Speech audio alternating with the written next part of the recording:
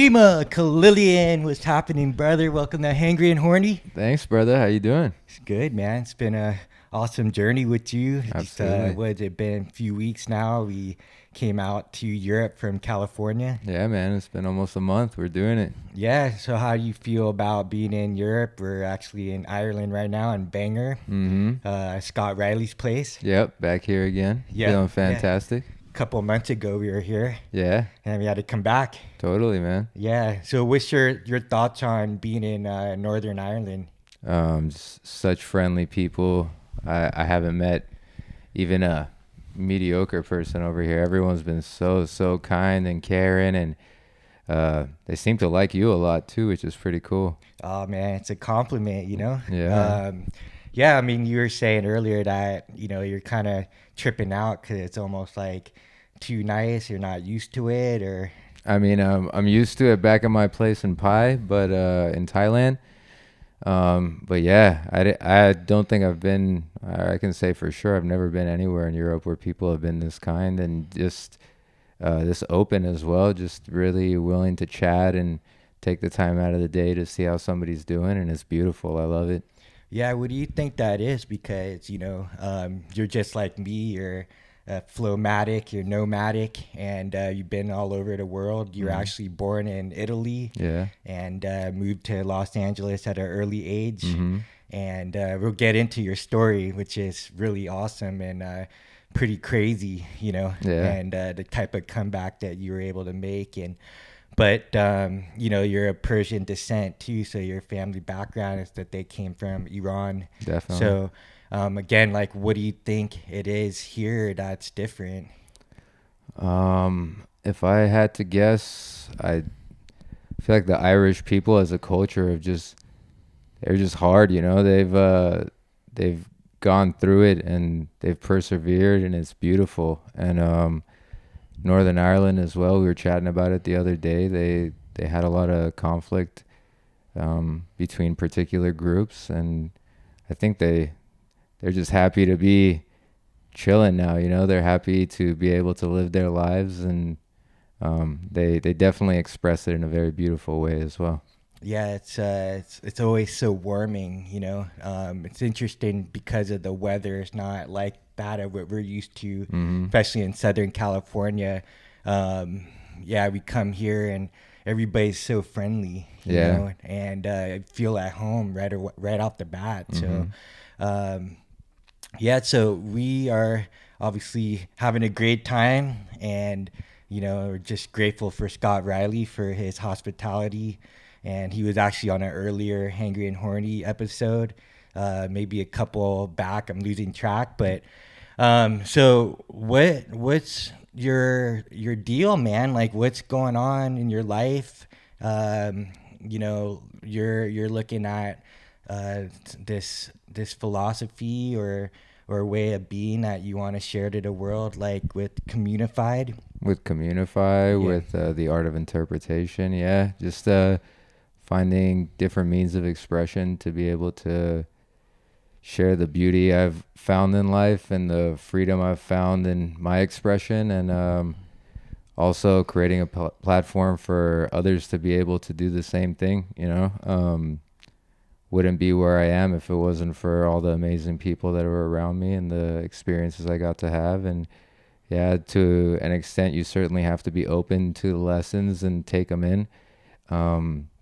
But I'm just super grateful for the people that have been around me and have shared their experiences. And yeah, I feel like I know I'm not special compared to anybody else. And I kind of had extreme circumstances that have led me to be willing to take the leap per se. And I think I know that there's just so many incredible people out there that just need the right resources to be able to shine really bright and put their expression out into the world. I would love to see it. I love to be one of the dominoes that falls over and leads to whatever else is coming.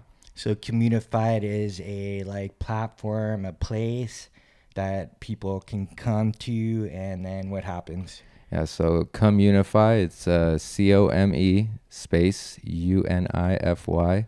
The basis is 75% ish of the land will be used for permaculture, which is a sustainable agriculture, and we'll be growing really clean food, trees, fruits, vegetables, nuts, grains, and so on. And then we're also going to have a communal living space where people will be able to offer up their help and get free food, free housing, and free education. The other section of it will be a retreat center, and that will be housing around 20 to 30 people. And they will get to take part of the academy, which will, instead of having a, say, yoga retreat or a meditation retreat, we'll have around 10 instructors per week that'll be there and time slots for each one. And you'll be getting a full range of experiences while you're there, choreographed in a particular way to resonate with you. And you also get to connect and collaborate with beautiful people that are there. The instructors will have a platform to be able to express their beautiful gift that they have. And they will be teaching the people at the retreat center and also the people at the communal living center.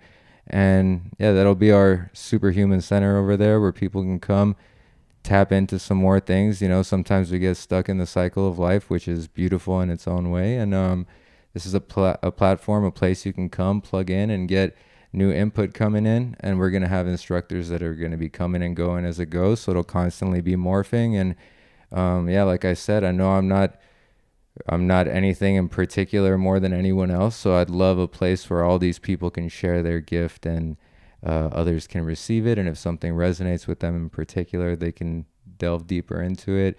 And yeah, that's a small portion of what's going on there. There will be other things as well. And we'll put that out as the time comes as well. And how did this evolve to this this sort of vision that you have? So there's a couple things. I have to thank Elephant Nature Park, which is elephant sanctuary in Thailand. I saw a video on it and felt compelled to go over there. So the last day that we were there, there's a lovely lady by the name of Lek who runs the entire thing, and she came and spoke to all of us. And this thing is in the middle of nowhere, this massive compound. And she said, "Hey, did you guys see all the houses that are outside of here?" And we said, "Yeah." And she said, "You notice there aren't really any other houses, it's just these?" And we said, "Yeah, we noticed that." And she said, "Well, this is actually a community. The food that you guys are eating is what the people who work here eat, and they get these houses to be able to live in, and we're one big family." And then it just kind of hit me like, oh, wow, like a community doesn't have to just be people sitting in a drum circle, or you come stay here and we isolate ourselves from the rest of the world. This can be an attraction. This can be something where people can come, gain an experience, and take that with them and go out. And I can't speak for all communities, but I feel there's a good amount that say, hey, look, there's this system out there, and we have this system in here, and forget about that. Come in here and live this life, and it attracts certain people. We're coming more along the lines of, there's that system out there, there's this system in here. You can come into here, stay here if this is what you want, and at the same time, we're going to give you tools so that if you want to go back out there, you're leveled up or you've revamped and you got a couple new tricks up your sleeve that you can present to this world and create as you choose, express as you choose. Like isolating yourself. So you're about like learning new skills and information that can empower you, and then from there integrate or plug back into the everyday world that we live in versus escaping from it. Absolutely. And again, just reinforcing that understanding that we all have so much to offer. It's not just you with what you're doing or me with what I'm doing, but everyone really has something to offer, whether it's a trade or it's just listening to someone when they need someone to listen to them. We're all so valuable in so many ways. And I know me personally, I got away from that and went into a hole, and just spent a big portion of my life feeling pretty worthless. So recognizing that for myself, that I'd love to be whatever part of it I can be to offer that to other people. And another big thing that kind of led to all of this was through the people that I met in Poland during the Wim Hof method.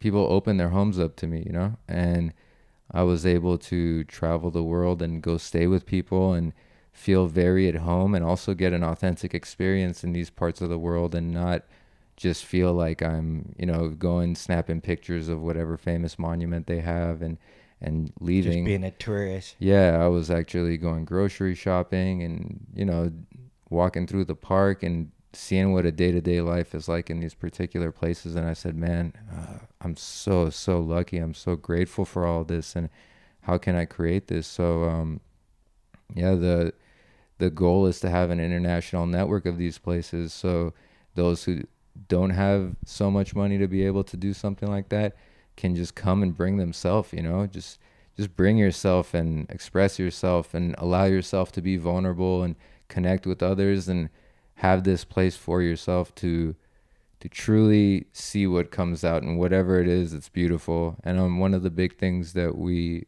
plan on doing is having a weekly community outreach program wherever it may be, so that we're not just creating a portal for the Western world to live in another part of the world. So let's use Thailand as an example. If we have a Come Unify Thailand, they grow a lot of rice over there, so we can have a weekly thing where we go help them harvest their rice, or if they're building a hut, help them build their hut. We're helping the community, but they're really helping us, because we're getting to have an authentic Thai experience in that moment and see what it's really like to get your feet in the dirt, get your hands in the dirt, and do the damn thing, you know? Yeah, exactly. Versus just, again, isolating or escaping. A lot of expats are like in communities, but they don't engage with the local people. Mm-hmm. They just kind of like lock themselves up in their little compounds, and so you want to provide a space and I guess a program to go outside of the walls Mm-hmm. per se, and then interact with the local community, engage with their practices and their Mm-hmm. daily habits, Mm-hmm. you know, and sort of yeah, just help each other synergistically, you know. And they're like, it's sort of like an open door policy, which I'm sure you and I've noticed when I go around the world with our people that we meet in different groups. There's always an open door, like, come stay with us, and you want to provide that sort of space where they're always welcomed and not feel like obligated or weird that they're there, you know. Yep. So And it's just so much beauty in the people as well, you know. You can create this, but the people that are there are going to create the energy of it, you know. And if people allow themselves to be vulnerable, it's just so powerful for others, you know. And I know you've experienced it. I've certainly experienced it myself when I talk about certain aspects of my life or really down points in my life. Some people, you just see that face where they're like, why is he telling me this right now? But when they see like how open you are, then it kind of allows them to do the same thing. And yeah, we definitely want to provide a space for that. And another thing we're providing there is uh, certain things like particular gardens we're creating, animal sanctuary, other things where people from the area can just come and spend a day there, you know, be somewhere beautiful and experience it. Again, removing that isolation and just merging, you know, letting the whole thing dance. And so what you're talking about with vulnerability is that, like, we walk around with our mask on for various reasons. Could be trauma, insecurities, fear. So to provide a space where you're accepted as you are, is that what you're saying? That's exactly what I'm saying. Yeah, we got to recognize that we've all set certain thresholds or certain boundaries as to what's good and what's bad and how someone should and shouldn't be. And if we can accept that we're so much alike, all of us, but we're all so different, and that's so beautiful. And then keep ourselves open to hearing different perspectives and seeing where somebody else is coming from. There's growth in it all the way around, you know. And yeah, I guarantee you, you, me, anybody who's watching or listening to this is we're not going to see eye to eye on everything, and that's completely okay, you know. And it's beautiful. If we were all the same thing and acting the same way, what would be the point, you know? It'd be a brave new world, you know. Yeah. So with that space that you're providing, how did you come to that understanding yourself? I mean, we talked earlier that you came from extreme circumstances. You've been down and out in your life. You know, you've been in prison. So Jail. yeah. Oh, jail. Okay. So that's a big difference. There's a difference. Yeah. It was close to that though, right? It was knocking on the door for sure. Yeah. Yeah. So, um, so you had these experiences and with the art of interpretation, right? So this is what came to you in, I guess, various different stages recently. One with the Wim Hof method and like going to Poland, and right before that being suicidal. Yeah, absolutely. So at a very early age, my father used to take me into nature a lot. My mom was my best friend because we were moving so much, and we used to sit and play this Ninja Turtle board game with each other. And I didn't really have any friends growing up initially when we came to America because we were just flat broke, just didn't have anything. I didn't know it then, but the reason we were moving so much is because we couldn't pay the rent, you know? And Okay, let's go a little bit further back. So your family's from Iran, yeah. okay, and then they ended up the year before the revolution or something that they ended Yeah. up in Italy. Yeah, they both they didn't know each other in Iran. They both ended up in Italy in a town called Perugia, which is where I was born. And that was one of two cities in Italy at the time that offered international students a language course and a pathway into the university over there. So they ended up meeting each other over there, and that's where I was born. So yeah, they were young. They had to kind of put everything on hold when I was born. They were really hard working. They were both working as a waiter and waitress, and I remember my mom telling me stories of my dad coming home and sticking the key into the slot to open the door and then just falling asleep right in front of the door and just not even making it into the house. Wow, Yeah. wow. They they were so loving and they did everything they could for me. Super grateful for them, and that pattern continued way into my life, which we'll get into for sure. But yeah, so they were there, and I think they just felt like there was a certain amount we could do over there, and after that we were just gonna plateau. So they wanted to move on to the next step. They were considering England because both of my mother's sisters lived out there, and initially me and my mother went out there, and my dad was looking into America for us. We went out to America, I should say, with nothing. I think my dad had a couple $100 in his pocket and just faith that it would work out. And yeah, so we were bouncing around from house to house. I didn't really get to know many people for So like before that, they were considering ever going back to Iran, or no. the revolution happened. They're like, oh goodness, like we can't go back, but we don't want to stay in Italy. Yeah, my dad was just really hurt by this the oppression of his family and all that, and I think it put a really sour taste in his mouth at that time of his life.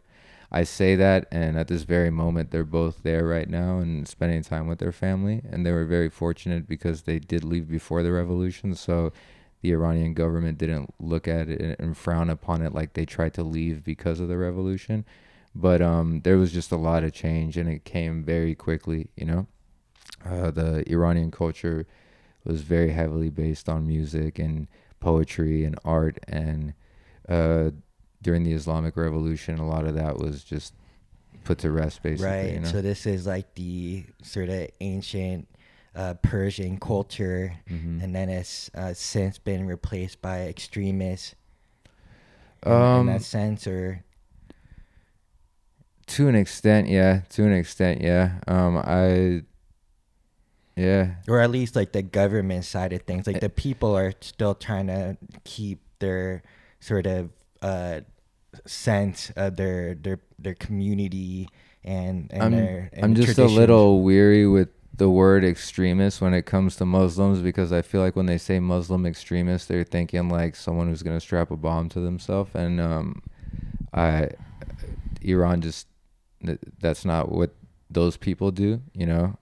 But certainly extremism in the sense of cover up your hair, do all that stuff, and Yeah, yeah, it was a complete 180. If you look at pictures of Iran in like the 60s and stuff, you'll think you're looking at like Los Angeles, you know. right, So, right. That's what I heard, and the hmm people that I met from hmm that era that had, I guess, gone to school, even in the U.S. or the U.K., they can't they couldn't come back into that place where they were before, where it was quite liberal, and there was a lot of freedom to express and art. Now, like you said, it's a lot of like cover up, based on like, I guess, the religion hmm per se. So yeah, when I meant like extremists, I'm more like thinking of sort of the ones that are sort of like blowing up things or hmm like hurting people per se, but it's not the representation of overall like the Muslim religion. Just like with Christianity or some of these other religions, like people are hiding behind their religion, but their religion itself actually teaches peace and love. hmm To the extent, I'm sure it goes deeper as you look into some of these texts, hmm which we've had like big discussions about with a lot of the religious texts out there. hmm There's some pretty like almost primitive or Stone Age thinking in it, where there's harm being happening to people. But overall, the religions are, if you look at the essence, is to look at the essence of life itself and being human and sort of community and taking care of ourselves and having like the freedom to express yourself and live, and so in peace and love. So more or less, it's always the extreme of people trying to like attack you for something that they don't like about you, or for some like kind of gain, hmm material wise. Yeah, and again, that's why I chose the title "The Art of Interpretation" for the book I'm writing because you take 1,000 people and they read that same text and they're gonna take 1,000 different interpretations of that same exact thing, you know.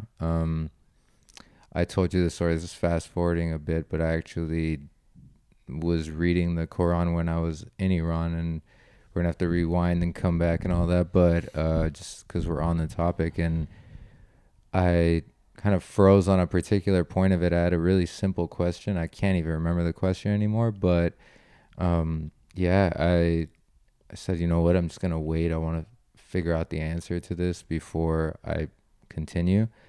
And there was like a, a like a Muslim priest, for just because I want to make it simple for people to understand what I'm talking about. The person in that mosque who was in charge of speaking about religion, and yeah, he just happened to be in the street like at 10:30 at night. I was just standing in the alleyway right when I just stopped reading, and I saw him. Like, oh, he's here. Let me ask this guy.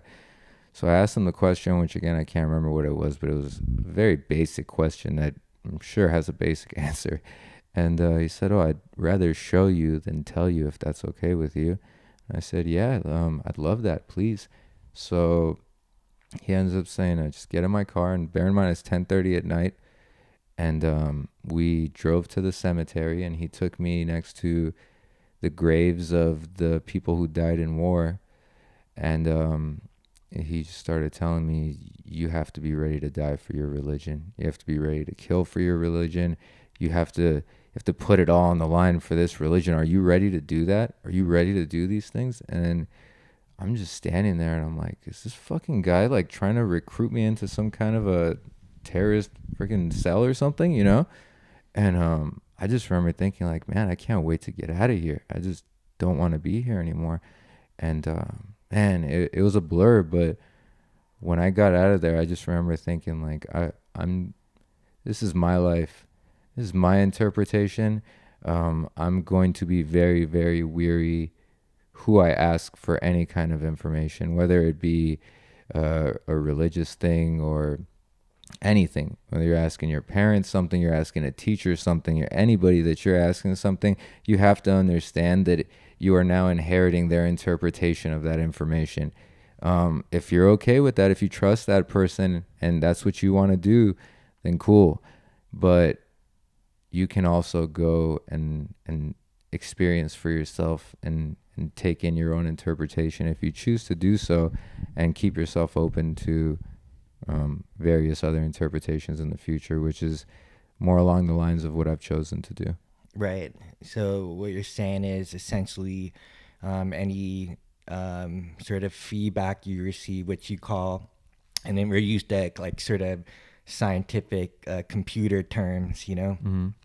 Input and output. So whether it's school, your parents, church, your friends, books, any form, TV, internet, Mm-hmm. any form of input coming in that you're receiving, there's a certain interpretation that information has come through. Mm-hmm. And so it's up to you to have this sense of being critical in a way that you don't just like blindly accept the information, but you're listening to it, you're sort of feeling how that feels to you, Mm-hmm. and then use your own thinking, your own ways of sort of saying yes or no. I want to integrate this information, or I like this part, or I don't like that part, Mm-hmm. and this is what I want to use. This is what I don't want to use. Mm-hmm. And the thing is, you're kind of already doing that, but if you're subconsciously doing it, then you're basically just going to reinforce the beliefs that you already have with everything, because let's use the example of, we were at Wildfoot for this Halloween party and we had a beautiful bonfire, but that bonfire is not going to exist unless the wood is burnt, so are you going to look at it and say, oh, this wood doesn't exist anymore? Or are you going to say, wow, this fire exists? It's the same thing. Whatever you choose to take out of that experience, you're going to take, and if you're somebody who says, man, we're wasting too much wood in this world, then when you see that happening, your pattern recognition is going to go to that wood disappearing, and that's kind of with everything. You can find what you consider good and bad in every single thing. And I think it's just very important to recognize that nothing is set in stone. You may believe something today and completely flip to the 180 of that tomorrow with new information that comes in. And that's just important to recognize, in my opinion. And otherwise, it's very easy to just have constant pattern recognition that is reinforcing your current beliefs. And I feel like a lot of people die because of that. A lot of people stay hungry because of that. A lot of people disconnect themselves from being able to connect with others and put themselves into a box because of that. And if we can stay open and put ourselves out there and trust, oh man, I know I'm barely touching the human experience, but I feel like I've felt so much larger of a human experience than I had in the years past, because I was stuck in that loop, stuck in that loop of just what I'd hard fixed as my beliefs in that moment of my life. Right. So if somebody's feeling stuck in life, we talk about like feedback loops as well. And, we have these thoughts where you're just looping the same thoughts over and over, and you're just kind of have like that 1,000-mile stare. And at some point you realize, snap out of it, like, holy crap, where did I go? Mm-hmm. You're saying that like a lot of people are living that like constantly, where they don't take the time to like smell the roses and Mm-hmm. feel the breeze and the sunshine. And by sort of taking a pause and like really evaluating like that loop inside of you, and then being empowered to say, am I being run by patterns that are a bit dogmatic, and then I guess the art of interpretation, as I see it, is that it gives somebody a tool to be able to have a choice at what direction they want to go if they come to, like, let's say, ahead of their own thoughts and beliefs and their old patterns Mm-hmm. that are limiting. And then from there, they're like, I don't want to live this way. Like, how can I escape that feedback loop? And you see that there's another door or a few other options that you can choose from, rather than let your subconscious just like take over and rule you until your end of your life. I think that's a very good point that you're making. The part about the subconscious. There's a lot of books out there about conscious living and mindfulness, and I think that's very important. Being aware of something should give you the conscious choice in that matter. Sometimes it doesn't. Sometimes you're aware of something, but it's outside of your field of being able to affect it in that moment of your life, right? But typically, gaining that awareness now gives you a conscious choice in it. But 95+% of our day-to-day experience is being ran subconsciously. So if you really want to make a major shift in the way that you're living, the way that you're putting yourself out there, and get into that flow reality, then you need to tweak that subconscious, that thing that's running most of the stuff. And it takes that consciousness to be able to recognize it and then make the shift. But that subconscious needs work. And there's a lot of like self-help books that tell you how to be or what to do. This isn't that. This is telling you what it is. It's saying like, look, this stuff is out there. This is your day to day. This is reality. Just now you have the awareness, so you can make the conscious choice.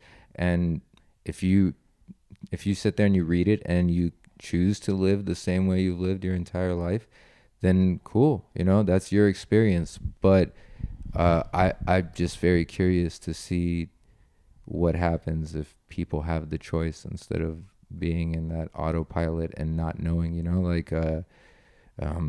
it's kind of like taking a sailboat without a sail. You're at the mercy of wherever the current takes you. This will hopefully give you the sail. It's not going to direct the ship for you and tell you that this is the way you need to go with it, but it's going to say, hey, look, there's this sail now. Do what you do and enjoy it. This is your experience.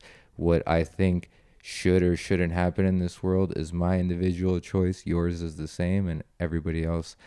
But man, it would be nice if people could have the choice, and I'd like to do my part during this lifetime to see that.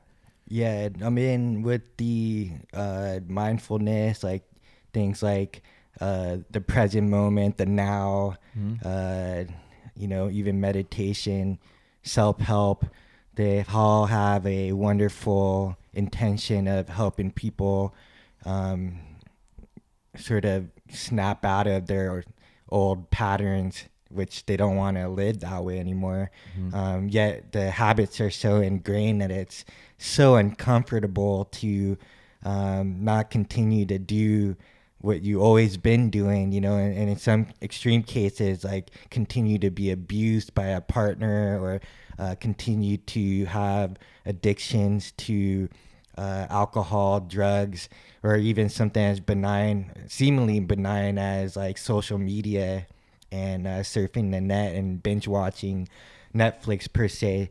So with the subconscious, um, I've had my own experiences, obviously, with like how I've been able to like snap out of these old reinforced patterns that almost felt like I was caged or in a small goldfish bowl. But what was it for you that enabled you to realize that you were constantly in this groundhog loop and caused you to snap out of that? I'd say the primary catalyst for it was being in Poland. during my 1 week with Wim. That triggered something for sure, and I felt something while I was there, and I didn't know what it was, but I needed I need to explore more, you know. And Wim said something very interesting to me when I was leaving. He pointed at this mountain and said, "Look, there's there's one trail that we took to get to the top of this mountain, but there's a million ways to get up it. So don't just always take the same trail." And I got the message, you know. So thanks, Wim. I Yeah, he could have said, "Give me $10,000 and I'll give you the secret right now," and I would have given him whatever he wanted because I'd connected so deeply in that moment, you know. But he basically just said, "Keep doing your thing," and yeah, that was beautiful advice. Beautiful person, much appreciated. Um, but yeah, for me, it was going back to when I was a kid. I was just me and my parents for a really long time, and then just being able to be a kid and play and all this stuff, and then you get to this point where they start telling you, look, okay, you've done that, but that's not what life is.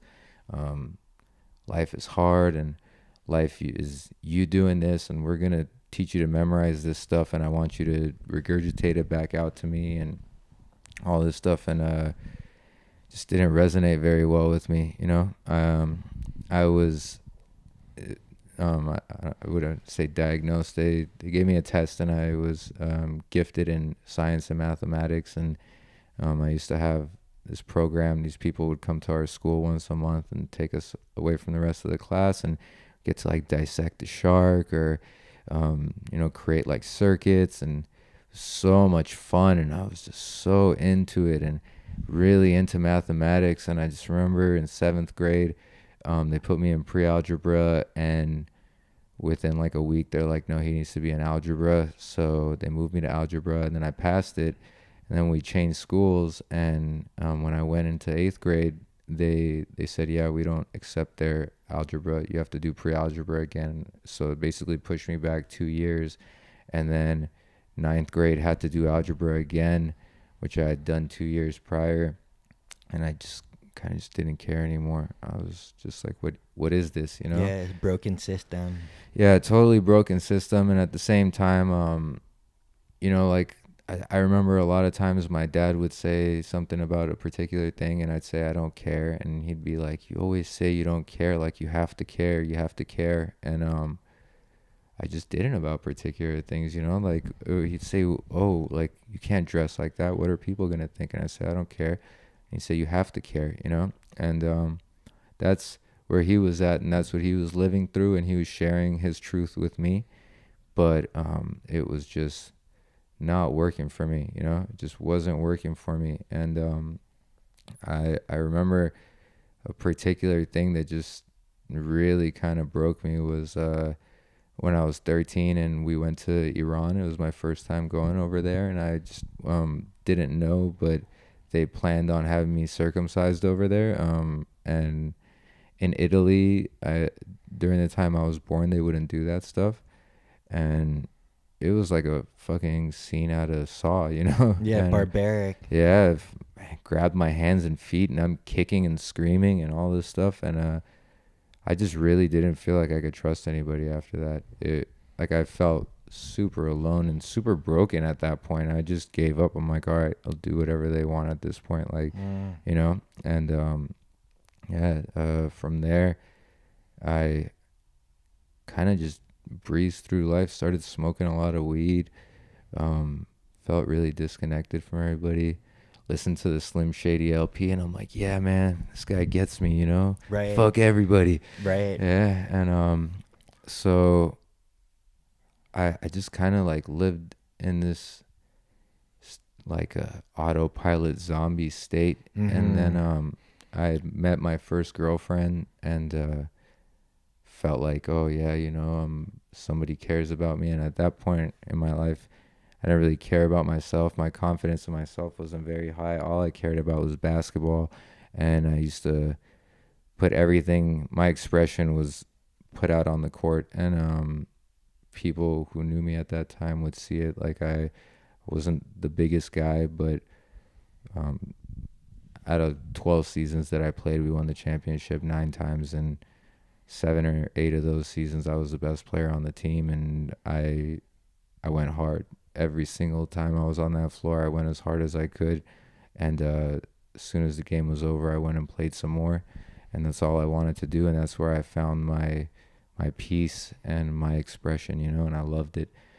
Um, when I was with this girl, I was very happy, and my mom had always told me that you're gonna find someone, and that's the person you marry, and you gotta always treat them like a princess and do all these things. And I did do that, and she was hurting in her own right and had her own upbringing that was not very supportive for her, and yeah, things things went sour, and she ended up seeing somebody else behind my back, and then we broke up, and then got back together, and then she started seeing somebody else, and we broke up, and she ends up I end up hearing from other people that this guy is saying all these things about me, and that he's gonna kick my ass, and that he's in a gang, and he'll kill me if he sees me, and all these things. And at that point I was hanging out with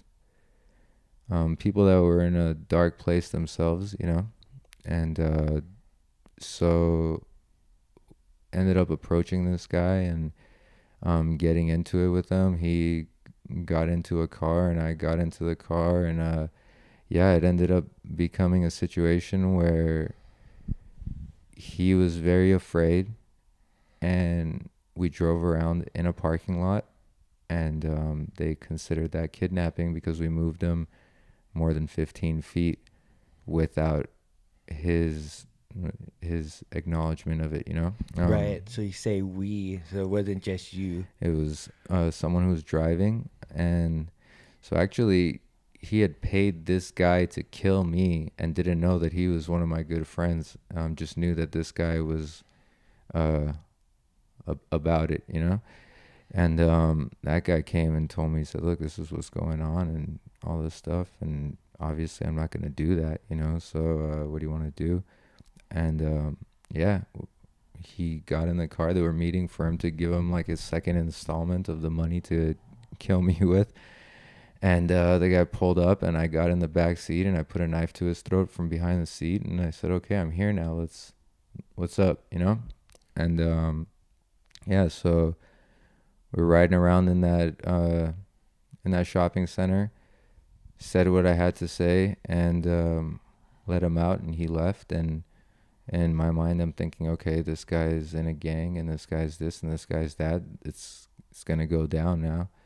And he went straight to the police, and yeah, from there on, it was questioning from a detective, me going over there talking to them, and yeah, before I knew it, they're kicking in my door at 4 a.m, and yeah, taking me out.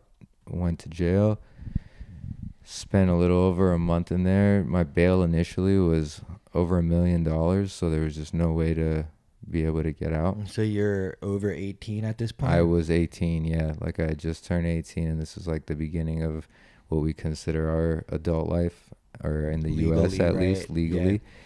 Yeah. And yeah, that so at that point, just pictured 13 years old, just broke, started smoking a lot of weed, and kind of like in zombie mode, still getting really good grades. You were traumatized from this sort of ancient ritual, you know, that time of a boy's life to get circumcised, and they went against your will, and you just sort of like checked out after that.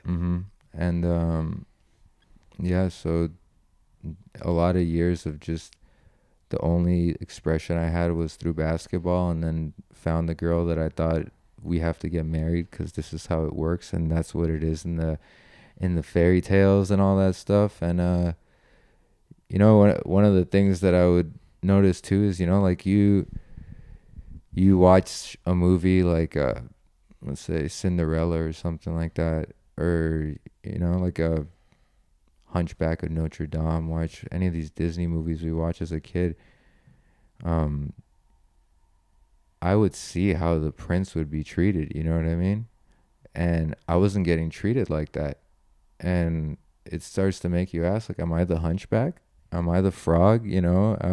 What am I in this dynamic? Because I don't I don't seem to be getting that same look that the football player is getting. You know what I mean? Or whoever. And so I was really questioning myself and where do I fall in line with all of this stuff that this is okay, you're telling me this is how I have to be. Now, how do I do that and feel happy when all this stuff feels so wrong to me, And so yeah, I end up going have that situation in the parking lot with this guy. Cops kick in the door. I'm 18 years old.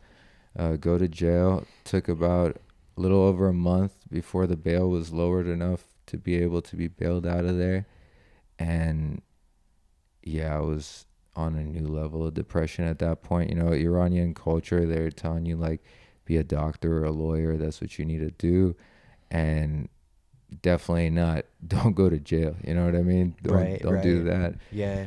And so it's hard on your parents too with the culture and their family and yeah, and just that your kid is somewhere with killers, like they grade your crime when you go in there, a 1 through 10, so if you get put in jail for like some drugs or something, you're gonna be on the lower end of it. Yeah, don't get me wrong, like that's the most important thing to your parents. Like, yeah, mom and dad can't see their kid and they know that he's with killers. I was given a 9 out of 10 as my rating. So in Los Angeles and LA County, where everybody in there is gang affiliated and I'm not. And yeah, so culture and all that, yeah, but I don't think my parents gave a shit about culture in that moment. They just wanted their baby to be with them, be okay. Yeah. And yeah, so my dad just like, and my dad was very sick at the time. He had psoriasis, psoriatic arthritis, fibromyalgia, almost died. UCLA Medical Center told him that they had 3 other people that had his illness on the level he did, and they had like 4 months to live each one, so they gave him a 4-month lifespan. He had to go to Italy. He didn't tell any of us. He went to Italy to say bye to his friends, and one of his friends told him to speak to this homeopathic doctor who had him get on the master cleanse, which is water, lemon juice, cayenne pepper. So for 16 days he didn't eat anything and he only had that, and that cleansed his liver and his kidneys enough where he could get chemotherapy. Otherwise they said he was going to die. And yeah, so he's dealing with all that stuff, but he just like locked in to do what he had to do to deal with this situation.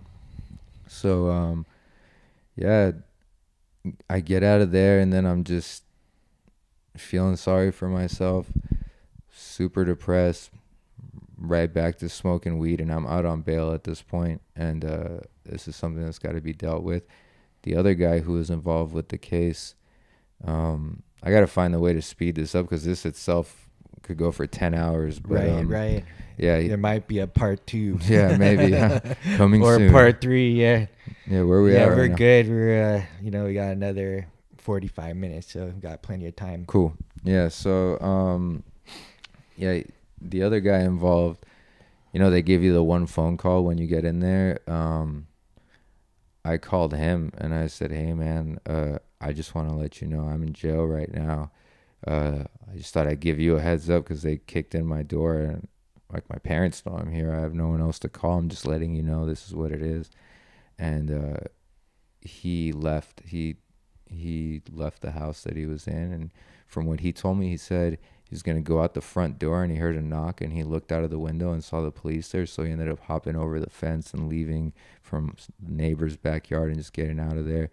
And yeah, he was just on the run for a while. So when I got bailed out, I got in contact with them and I said, listen, man, like this will be bad if they find you since you left. Like, let's get you an attorney and deal with it. But he didn't want to do that.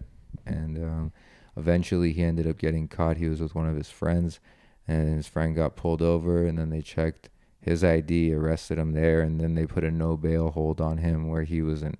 They're like, you're not getting out of here no matter what. Um, there was a lot of evidence on him in this case, and not on me. My dad got him an attorney. I went through a lot of attorneys on this case. So at this point, we're at attorney number 4, and my dad got this guy's partner as his attorney as well. So he's like, okay, we'll have both these partners working on their case together. And yeah, fuck that guy, man. Fuck that guy. That attorney was a real scumbag. Like, Oh, he told me and my dad that everything was okay and that he was gonna take care of all of us. And the day before our pre-trial hearing, that guy's dad calls me, and just to give you an idea, at this point, we're like 3 years ahead. So I've bailed out, and we're at like not 3 years, almost 2 years ahead that this guy has been locked up while we're dealing with this whole no thing. bail. He's been No locked up bail. for 2 years. 2 years he's been in there at this point. And they kept offering us a deal for 3 years, and I kept saying no because the attorney said we're gonna be fine.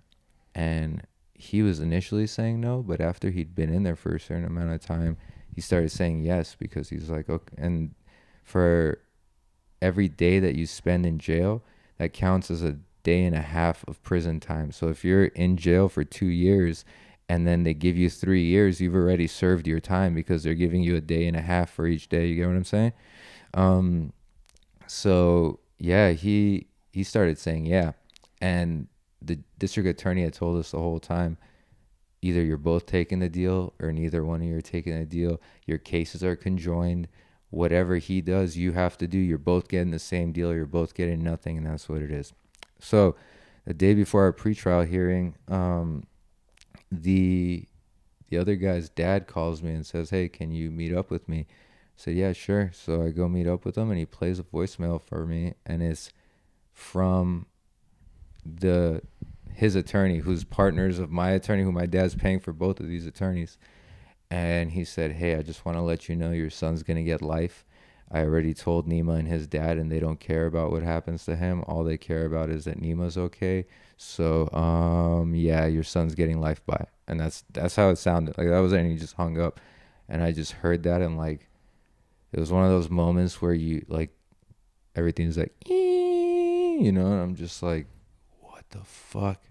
What the fuck? And, so I told him, I said, listen, I'm going to take the 3 years tomorrow. I can't let your son be in there for his whole life. I can't, you know, there's way too much evidence on him. And like, don't get me wrong. We created a traumatic experience for a person. But this guy doesn't deserve to spend the rest of his life behind bars because of this, you know? And if I got to spend 3 years in there to know that this guy will be out and not spend his whole life in there, and that's what I got to do. And I told his dad, I said, okay, tomorrow I'm going to take the 3 years. He said, okay. We come to court. They have a private room where you can talk with your attorney that's soundproof. So when he and I go in there, he leaves the door like ajar, you know, he leaves it a little bit open so it's not soundproof. And he says, okay, so you ready to do this? And I said, I'm going to take the 3 years. And he said, oh, you are? And he said it loudly too. He's like, you're going to take the 3 years? And I said, yeah. And then the district attorney pops their head in there, and the lady's like, oh, did I hear you say that he's willing to take the 3 years? Hold on a second. Let me go see if that's still on the table for him. And she just leaves. And I'm just sitting there, and I'm like, on the table? I was here last week, and they said it was that they were okay with that. So, and bear in mind, this is the pre-trial hearing. So if we're not done at a resolution by that day, and we're like 3 years into this case at this point, then we're doing jury selection the following day. So yeah, we end up she comes back and she's like, yeah, that deal's not on the table for you anymore. It's gonna be around 5 years. It's probably gonna be 4. Would you take 4? And felt kind of broken, but I'm like, yeah, I would take 4. I'm like, okay. So then now we leave that room and we go in front of the judge, and the district attorney says, yeah, so we're going to offer the other guy the 3 years, which, bear in mind, the whole time they told us you're both taking the same deal. It's not going to be switched up. So they're like, yeah, we're offering him 3 years because he said yes for quite some time now.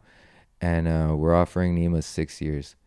And said, will you take the 6? And again, another one of those moments where like time stood still, you know?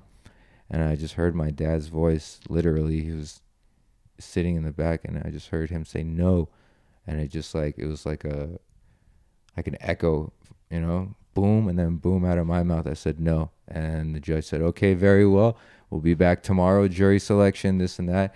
And it's pretty crazy. So we had the same bailiff, the police officer who's in that courtroom. We had the same one for 3 years. This one day, it was a different guy. And he calls me over and he says, first they take that guy who was involved in the thing, they take him back in the back where they keep the detainees.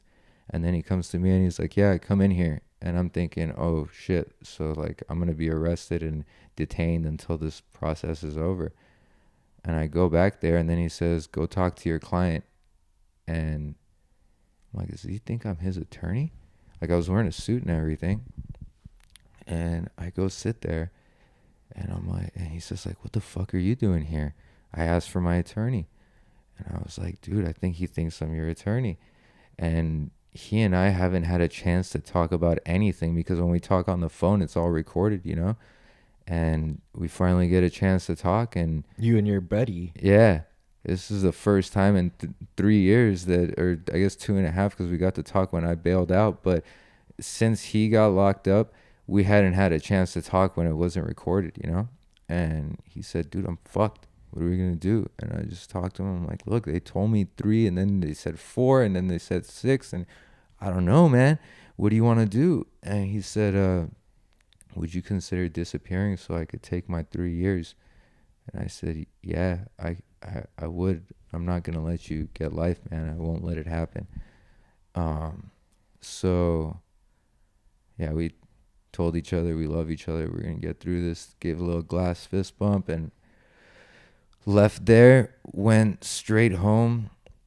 Took a little carry-on bag. Packed it with couple pairs of clothes, what I could fit into a carry-on bag. Told my dad what I was gonna do. He bought me a plane ticket cash, and I left that day. I held my dog, who I love more than anything, and cried on him for like half an hour and promised him I'd be back for him. And he died before I ever got to see him again. But that was a tough one. And I left. I went to England, and stayed with my aunt over there. And yeah, rightfully so, it was very traumatic for them as well. You know, they weren't expecting that, you know. And they'll extradite you from England back to the United States if they find out. So I needed to get out of there. I was there for a couple months, and my aunt went to the Iranian consulate and said, look, this kid, this is what's going on. He needs to get to Iran. And I'm in the Iranian consulate. I'm looking at the guy who's like running the whole thing, and he's like rubbing his head, and he's like, holy shit, like, what did you just bring to my office today? You know, this isn't normal. But he said, I'll take care of it. He's Iranian. We got him, you know? And they got me an Iranian passport, and I went to Iran.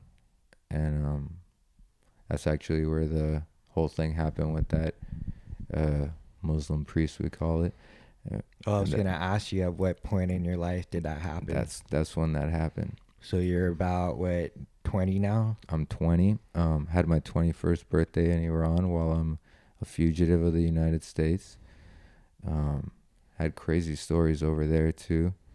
One of my cousins was married to someone who was very abusive, and me and my other cousins went and made sure he knew that was never going to happen again, and he refused to divorce her, but we made sure that he would, so that she'd be free. And now she's with someone awesome, and they had a kid, and I'm very happy about that. I got a beautiful family, man. I'm super grateful. So spent the 3 months in Iran, and then it was okay. When your 3 months is up, you're either gonna serve in the Iranian military or you're gonna have to leave before your 3 months is up. So we were looking at what we're gonna do, and my mom and sister flew out to Iran to be with me for my 21st birthday, and just to see that I'm okay, you know. And I was saying I want to go back to Italy. I want to go back to my hometown. I want to 360 and rebirth right where I started, you know. And my mom and dad said, no, we want you to go to India. They have a university that their degree is accepted everywhere. You need to go here, and this is the place. And I said, no, I don't want that. I want to, like, let me live, let me go to where I want to go. And they said, listen, we've been through enough because of the stuff you've done. Like, can you do this? And I said, okay. Like, but that wasn't what was meant to be. The day before we were going to book my ticket there was a tsunami over there, and bird flu became rampant in that exact city. And people were breaking down all the stores trying to get food and do whatever. It got wild there. So they're like, holy shit, like, you can't go there. And yeah, so I didn't go there. So this is the tsunami that happened through Indonesia, right? And then it spread to Africa. Okay. What year was this? This was 11 years ago, so 2007. Yeah, I think that was the big one. Was that it? Yeah. Yeah. So the tsunami happened. There's bird flu in that place that you were gonna attend university in India. Mm-hmm. So this is the day before you're gonna buy your ticket to go there. Mm-hmm. Okay. So I went back home to Italy. I got an apartment 5 minutes walking from the hospital I was born in. But this whole time I was just manically depressed. I'm like, what the fuck has my life become? What's gonna happen? Like, all it takes is me to just get caught by someone. Like, when I was in England, the police stopped me and I ran, and they chased me and I fucking ran, you know? Like, You outran them. Oh yeah. I ran for my life because I knew that's what was on the line in that moment, you know? Hopping fences and went, you know? So there was shit that was going on this whole time. There was no sense of security whatsoever, you know. So they stopped you because of what? Like, Cause I was cold, so I wore a hoodie. And in England, if you wear a hoodie, they basically assume that you're a criminal. And the city that I was staying in, so I went to England. I was with one of my aunts. They live in a better off area. Then I went to Iran, then I went to Italy, and I could only be in Italy for 3 months. So I had to leave for 3 months before I could come back again. So I left and went back to England again. And then that's when the whole thing happened with the cops. I stayed, basically my first aunt that I stayed with, and her, she said, like, we just don't want to have any contact with you anymore. That was too much what you put us through. Like, basically just leave us alone, you know, which hurt, but it was understandable. So I stayed with my aunt's ex-husband and my cousin, who's his son, and that guy was just really hurting and in a super dark place. So it was just like really a lot of negativity in that house, you know. And the area in which it was not a particularly great area. So yeah, I was out with my hoodie on, and okay, so they got you there. You outran them. You're back in Italy. so eventually, yeah, I did get back to Italy. But before that second stint in England, I just had a day where I lost it, where I completely like broke a phone booth and ripped the phone out of this. I called my dad and I just said, listen, Dad, I just want to come home. I just want to come home. And I just started slamming everything, just breaking everything. I couldn't take it anymore, you know? Yeah, had your mental breakdown. And then I just cried, and yeah, so went back to Italy after the 3 months was up. It felt like a fucking jail sentence being in England that time, really. But fucking love that cousin of mine that I was with. Though. I miss him too. But yeah. So get back to Italy, and I used to smoke Newports at the time, and yeah, I had a buddy who went to the U.S. and brought me a couple cartons. And I'm in Italy, and I used to do this thing where you'd flip one of the cigarettes when you'd like take the pack out, and they called it the lucky, and that'd be the last one you'd smoke, and they'd be like, "Oh, that's your lucky," you know. And I've been in Italy this time for maybe a month, month and a half, and I was walking, and there was this heavy set lady walking. I had a girlfriend there, and she lived in the dorms, and it was this long road to get to the dormitories. The bus didn't go down there, and I see this heavy set lady, and she's carrying like 8 bags of groceries. She would take like 3 or 4 steps and then have to like put it down, take like another 10 steps, and she'd have to put it down. And I'm like, yo, that's just fucked up. So I go tell her like I'll take all of it, and I'm a toothpick, like I'm skinnier than I am now by a lot.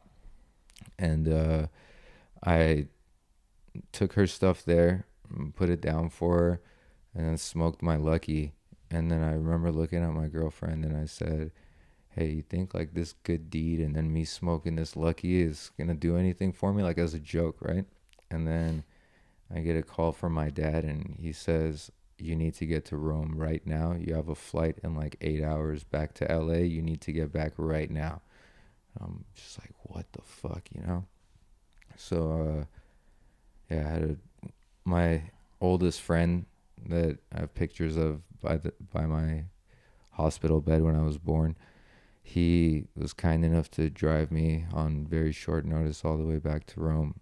I got on a flight, came back, was going through border control stuff, and I had this routine. I would dress up like really proper, shave and all this stuff, and basically try to keep them occupied in every country that I went to except for Iran, where I knew I wouldn't get extradited. Because I knew if they swiped my passport, it would come up and I'd be fucked and they'd extradite me. And every single time, like I'd be in England and I'd be talking to the guy and he'd be like, what are you doing here? I'd say, I'm going to this business school. And he'd be like, do you know how much that costs? I'd be like, yeah, it's this much and I'm paying for it with this. And he'd be like holding my passport, and all I'd need to do is put it down and swipe, and boom, that'd be it. And they'd be holding it and listening to me talk, and I'd be from my peripherals just looking at the passport and being like, don't put that down, please, don't swipe. And then they would close it and hand it back to me, you know. And then I get back to LA, I'm doing the same thing, and the guy's like, oh yeah, how was everything? Good? Yeah, fantastic. And I'm just like doing my thing, and he's like, yeah, cool, boom. And while he's talking to me, he swipes it, and he's like, yeah. And he just looks at me and he says, do you have a tattoo on your chest? And I'm like, yeah. He said, go stand over there. I go stand there, and a guy comes up and starts chatting me up and saying like, hey, yeah, what were you doing for a year? Where were you? It seems like you had a good trip. And he's just walking with me, no like handcuffs, no anything, and trying to get information from me. And I just told him, I said, listen, I came back for a reason. I know what you're trying to do. Like, let's just do it. And then he said, all right, thanks for being honest. And yeah. Wow. Took me, and Homeland Security arrested me. LAPD got me, took me back to jail again. Spent another 4.5 months. At this point, I'm facing life plus a lot of years because they've added charges to it. And yeah, my dad put the last of his money. First of all, they lost the house because I skipped bail. Secondly, he put the last of every penny he had into getting me Robert Shapiro as my attorney. And so, you know, who is Robert Shapiro? He was one of the attorneys who was O.J. Simpson's lawyer, and got him off during his famous case that everybody knows about. Great dude, very nice, awesome person, and yeah, he took care of it, and I was in there 4.5 months. We didn't go super deep into that, but I know we're running short on time. Yeah, we're, you know, we definitely can go deeper on another interview for sure. Cool. Conversation. But so you get this high-powered attorney, Robert Shapiro. You were able to get out. You were in prison or jail for 4.5 months. Yeah, something like that. A little bit longer, but yeah. Okay. So, yeah, man. I mean, this is quite a story. As I've gotten to know you, and I've even met your parents, and they're just amazing people, so loving. Yeah, they miss you. Um, and then seeing like your childhood photos of sort of that twinkle in your eye, and Mm-hmm. so it's so funny to see how geeky and nerdy you were, but like how um just full of life, and how happy you were in your photos, and sort of being dealt a bad hand at certain times of your life that enabled or sort of brought you in a path of just not giving a shit anymore, Mm-hmm. and checking out, and then just, I mean, obviously, who wouldn't be pissed off, some dude like threatens your life, Mm-hmm. and being hurt that your girlfriend has cheated on you like multiple times. And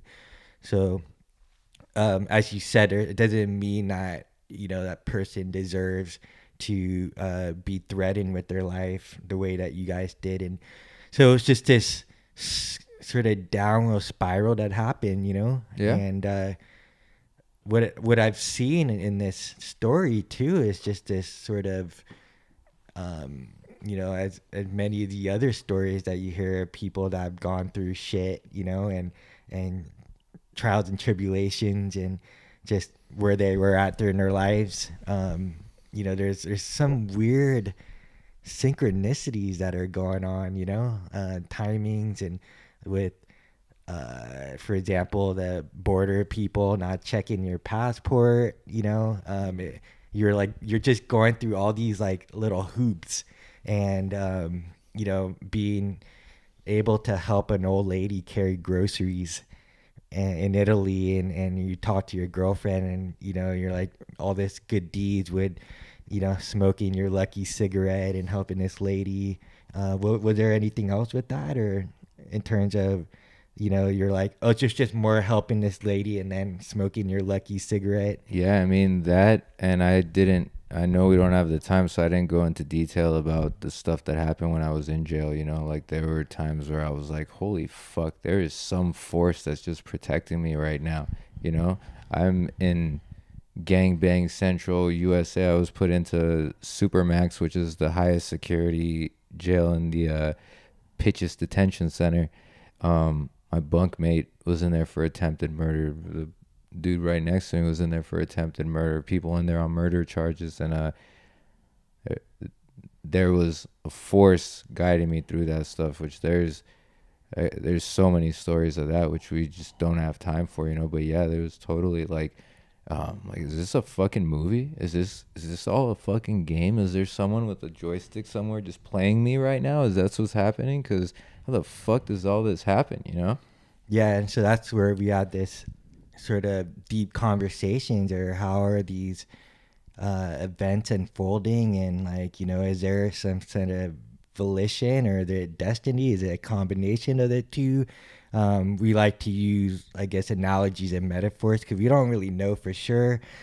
We both love science, but we also see that there's even limitations of science trying to explain these mysterious, almost paranormal synchronicities, So rather than pretend we know or say this is what it is, we just like to sort of speculate on what it could be. And so these include a lot of our own like spiritual experiences as well. And uh, I love what you say all the time is like, ultimately at the end of the day, right? It's your way of saying like, we're here right now, and we have these experiences, and what are you gonna do with them now in this little limited blip of life that we're living right now? So man, that was, every time I hear that story, it's just like holy shit, man, like you've come so far, and your heart is so sweet. I mean, like underlying like all those struggles that you and your family have had, like since like leaving Iran, And just continuing to like push forward and like continuing to be hospitable to like your parents are so like sweet and taking people into their homes and like making them feel part of the family, and it rubs off on you obviously. And then all these experiences you had, like including meeting like Wim Hof, and at that time being suicidal, so there's so much going on, brother. You know what I'm saying? Like, Yeah, man, we have yeah, like everything we've talked about up till now. I still never even fathomed suicide at that point. It keeps going. It's not you got knocked down and got back up again. It was like got knocked down, got up, got kicked in the nuts, fell down while I'm on my knees. Someone kicked me in the face and then pissed all over me and then threw me in a dumpster, and it just kept barrel rolling lower and lower and lower until finally I'm like, all right, I'm done. I'm done. Um, yeah, I know we don't have the time for oh it, no, we but got time. I'll let you know, man. yeah, But yeah, so go ahead. just you want me to continue on from when the jail thing is done? Yeah, man, either that or like you said, you get dumped in a dumpster, you kicked in the face, you pissed Yeah. on, like maybe it led to, is that where it like epitomized or crescendo to going to Poland and meeting Wim, or Yeah, so just to super fast forward through getting out of jail, uh, yeah, the day that I went in and they told me that I was gonna get 1 year and that they were gonna let me do the rest of it on house arrest and that they were gonna let me out that day, uh, I fucking lost my mind. I that was like truly like the me and all that, and I'm just like the bailiff is taking me back and I'm like, did you hear what they said and is this happening? And he said yeah. And um yeah, I ended up walking up to a door and waiting for them to buzz me out, and the guy's like, open the door, and I turned the knob and the door opened and I'm like, oh my god, I can open a fucking door like on my own. yeah, And because at that point, before you had, I guess you had made a decision that you were possibly or highly likely to spend the entire rest of your life in prison, yeah, and you accepted that. they kept putting off my court case like a week, a week, a week, and I kept having this delusion that like I'm gonna get out this week. And then one day when I went in, they're like, okay, next court date is in 2 months. That's when it hit me like I'm gonna be in here. And I don't know what happened, but on the way, like as soon as I got out of that courtroom and they took us back to the holding cell, my mind just inside my mind it just kept looping mind body soul, mind body soul, mind body soul. It just kept happening. All the way on the bus ride back, I got in there and I was just staring at the wall and I'm like, mind body soul, mind body soul.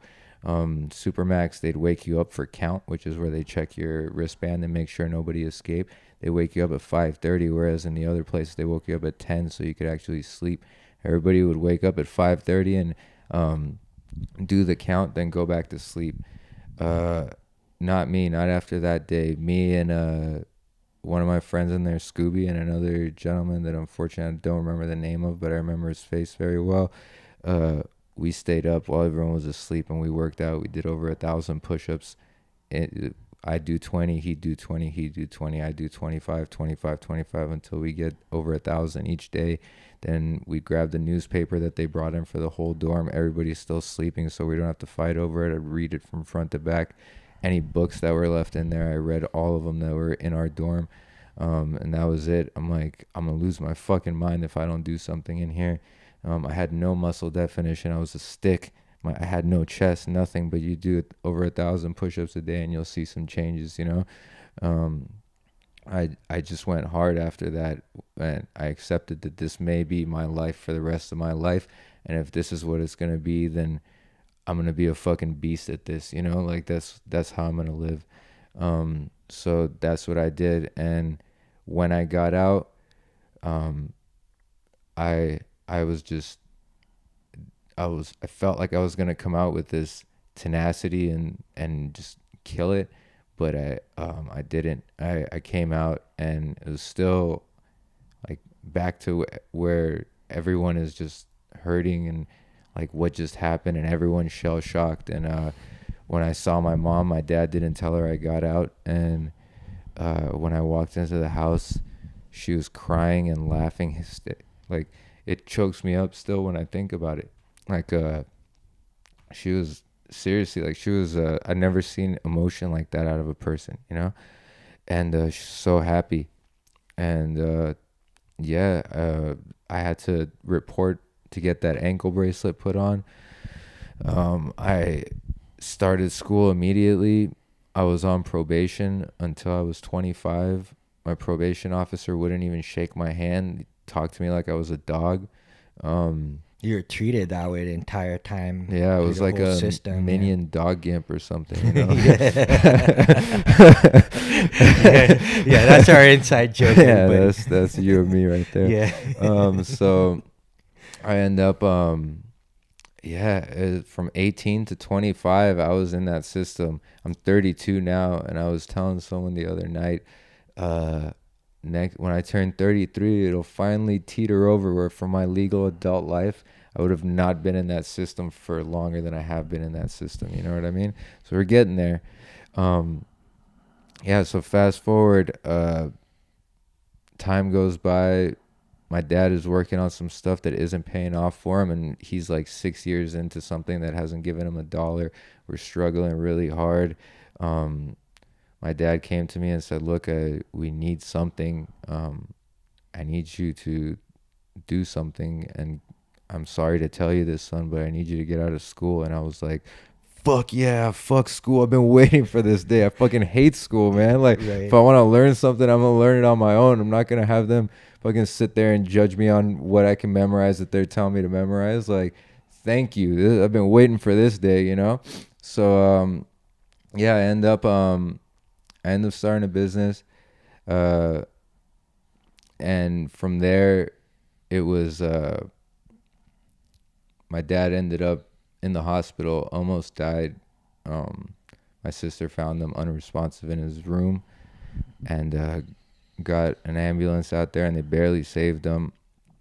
And yeah, that was really, really tough. And I started talking to this girl from my high school a few days prior to that, and then I just stopped talking to her. I was in the hospital for 72 hours. We didn't know what just happened, you know.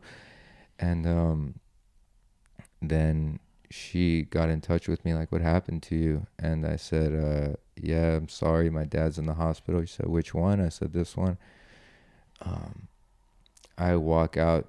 I hadn't slept in 3 days. I finally walk out and go into the parking lot and just start crying because my dad was responsive finally.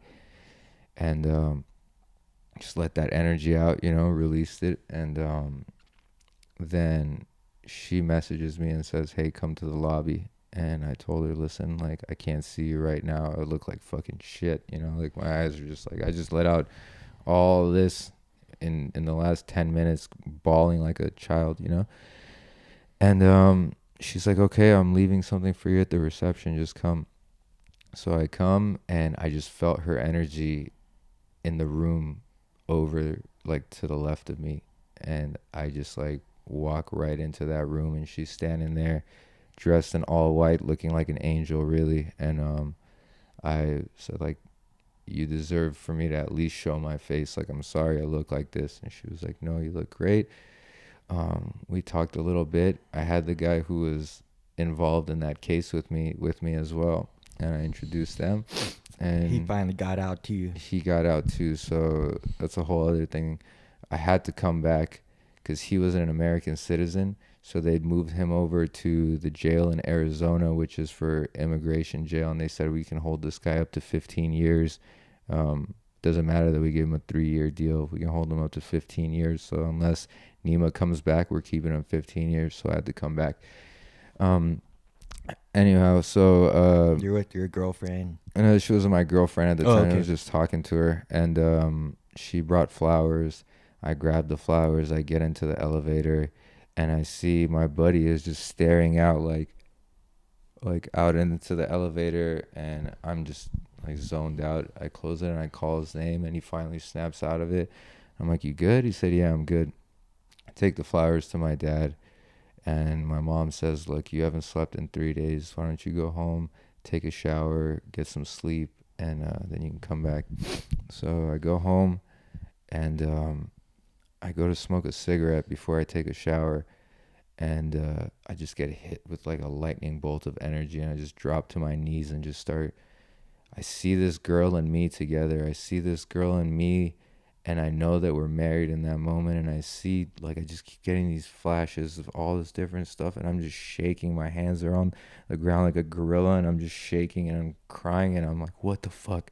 What the fuck?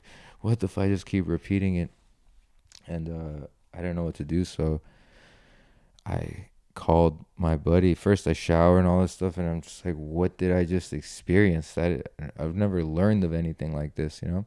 Um, and I call my buddy and I tell him, and he just starts crying. And I said, "What?" He said, when we got into the elevator and I was zoned out, he said I turned around and I saw her, and she was standing by the door with her hands like this, and she was waiting for you to look back, but you didn't. But he said, I looked at her and I just got a flash of her standing like that in front of a house with your hand on her shoulder, and you guys were married. And I was like, oh my God, you know? So my dad gets out of the hospital, and I tell him, I need to talk to you. Let's go to the park. And I go to the park with him, and I said, listen, I found my wife. And he said, what? And I show him a picture, and he just starts crying. And he said, listen, the day you were born, I saw your wife, and all these girls you dated, I was like, that's not her, but this is her. And so I call her and I say, listen, like, I'd really like to see you. Is there any way we could see each other? Like, where do you live? And I find out she lives like 5 doors down from me, you know. And I'm like, what the hell? We go for a walk around the neighborhood that night for like 3-4 hours, and we're just talking, you know. And the next day, her mom tells her, you met a guy, didn't you? And she said, what? Why would you say that? And she's like, I had a dream about him. He has green eyes, doesn't he? And she was just like, you know, and all this stuff. It was like some otherworldly thing was going on, you know, and I didn't know how to explain it, but I didn't care because, like, I was so happy. From there, her and I just had like this amazing 6 months, you know. It was just so great. And she wanted kids, and it wasn't really in my plans. She came with me to my godson's birthday on December 6th, 2014. And I saw how she was with the kids, and I told her, you know what, like, you deserve all the kids in the world. Like, I'll do whatever you want. And she ends up telling me, like, I really want you to meet my closest friends tomorrow. So December 7th, 2014, we go to meet her friends. And one of her friends says, you know, because I bought her an Android phone for her birthday. And they said, like, yeah, since she doesn't have iPhone, we can't do group messaging anymore. You ruined it. And I messaged one of my friends and I asked him, like, how can I fix that? And he said, oh, go to Google Hangouts, and you can fix it there. So I go to Google Hangouts, and I see that there's a conversation with her and her ex-boyfriend. And then I click on it, and I see that, like, throughout our relationship, she was still in touch with this guy and telling her, like, I was thinking about you. I hope that's not inappropriate. And all, you could just tell that they were still doing their thing. And it just broke me. Like, that was where I hit that point where when I was with her, I still didn't love myself. From that childlike moment till that moment, I still didn't love myself, but this person loved me and I loved that person. So that person loving me made me value myself in accordance with how she valued me. And my interpretation in that moment was that she valued me very highly. When that new information came in through those texts, that shifted my interpretation. And then it was, I should have known it was too good to be true. I should have known I don't deserve this stuff. I'm not good enough for this, blah, blah, blah, you know? And I showed her, told her we shouldn't see each other anymore. She said, no, like, I love you. I want to be with you. And I was just a really shitty boyfriend for another 6 months because she was trying really hard to fix it. And I was done, you know?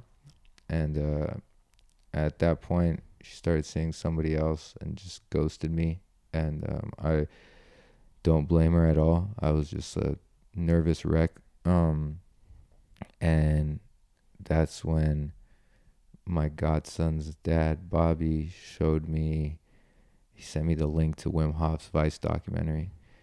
And all my friends used to make fun of me because I fucking hate the cold. I hate the warm. The warm is cold to me. Like, so it would be like 70 degrees and I'd be wearing a jacket and all my friends in LA would be laughing at me, you know? And then I saw this and I was like, that's fucking terrible. Like, I will die there and I will be miserable the whole time. I can't fucking climb a mountain in my shorts. I can't get into that ice fire. I will die and I will suffer, and I deserve to suffer because I'm a fucking piece of shit, you know? And so as soon as the documentary ended, I was with 3 people, and I signed up right then and there. I got on my phone and signed up for the next available slot, bought my ticket there. And they're sitting there like, whoa, you're so fucking awesome. You just see things and you do it, man. Oh, I wish I was like that. But they don't know. I'm just like, I just want to fucking die, you know? Like, I'm over this whole thing. So that's pretty much, you bought a ticket to find a way to die. To die, to suffer to my death, you know? Yeah, a way of hoping to end your life, like suicide-wise, by in the worst way that I could imagine. Yeah, you know? yeah. Okay, so we're gonna leave everybody in suspense on that, because this is the second part of the interview that we're gonna do pretty soon, and continue on from that point, because it really starts to put context in like everything that we've been talking about or you've been sharing. So yeah, Nima, thank you so much again for, you know, your time and sharing your story. I think it's so important for the world to hear this. I think that there's many people out there that are going through their version of suffering in life, and as we all are, and hearing these kind of stories, like real stories of you know, challenges and how we overcome them, you know, and how now we're at a place where we can help people out of those dark abysmal holes. So again, dude, let's continue this again on the next episode of Hangry and Horny. And everybody, thank you again for tuning in, and stay tuned for the second part of this amazing conversation with Nima Khalilian. Yes, sir. Thanks, bro. All right, brother. Boom.